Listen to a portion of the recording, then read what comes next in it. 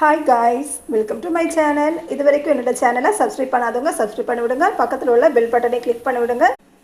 மீனும் ஃப்ரெஷ்ஷான மீனுங்க இப்போ தான் வாங்க தந்துட்டு போயிருக்காங்க. அதை நல்லா கட் பண்ணி எடுத்து நீட்டாக வாஷ் பண்ணி எடுத்து வச்சுருக்கீங்க.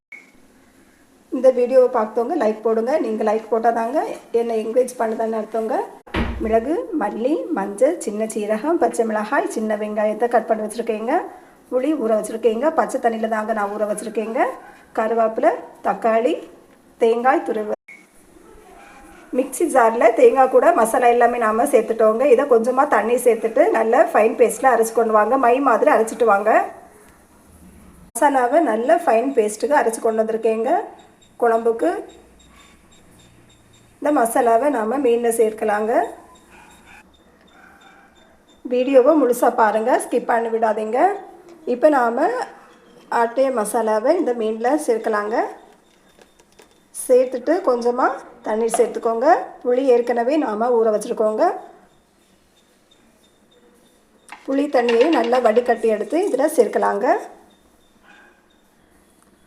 புளி தண்ணி சேர்த்துட்டோங்க. குழம்பு அதிகம் வேணும், குறைவாக வேணும், அதுக்கு ஏற்றது மாதிரி தண்ணி சேர்த்துக்கோங்க. சுவைக்கு உப்பு சேர்த்துக்கோங்க. கலந்து விட்டுக்கோங்க. கை வச்சு கலந்துக்கோங்க, இல்லைன்னா கரண்டி வச்சு அப்படியே மெதுவாக கலந்து விட்டுக்கோங்க.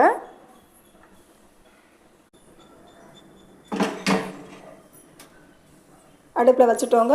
குழம்பு கொஞ்சம் சூடாகட்டுங்க. சூடானதும் நாம் கட் பண்ணி வச்சுருக்கிற தக்காளி, பச்சை மிளகாய், கருவேப்பிலை எல்லாமே இதில் சேர்க்கலாங்க.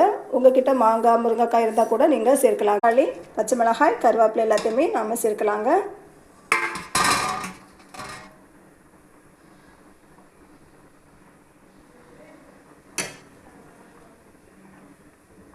மெதுவாக கிண்டி விட்டுக்கோங்க.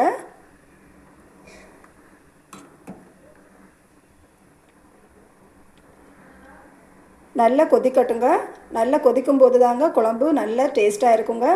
நாம் போட்ட ஃப்ளேவர் எல்லாமே மீனில் இறங்கணுங்க. நல்ல மழை பெய்யுதுங்க. வெளியே போக முடியாமல் இருக்கும். வீட்டுக்குள்ளே எல்லோரும் இருக்கும். இங்கே பயங்கர மழையாக இருக்குது. உங்களுக்கு கேட்குதா சவுண்டு? நல்லா கொதிக்கட்டுங்க மீன் குழம்பு. இப்படி நீங்கள் மீன் குழம்பு வைக்கும்போது மீன் குழம்பு கெட்டு போகாதுங்க. ஒரு 3-4 டேஸ் வரைக்கும் அப்படியே இருக்குங்க. பார்த்திங்கன்னா மீன் நல்லா வெந்திருக்குங்க.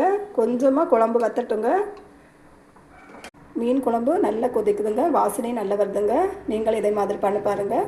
வீடியோ பார்க்குறவங்க லைக் போட்டு விடுங்க. நீங்கள் லைக் போடும்போது தாங்க என்னை என்கரேஜ் பண்ணுறேன்னு அர்த்தம். குழம்பு நல்ல ருசியாக இருக்க போகிறங்க. இதே மாதிரி பண்ண பாருங்கள். நல்ல டேஸ்ட்டான சுவையில் மீன் குழம்பு ரெடி பண்ணிக்கோங்க.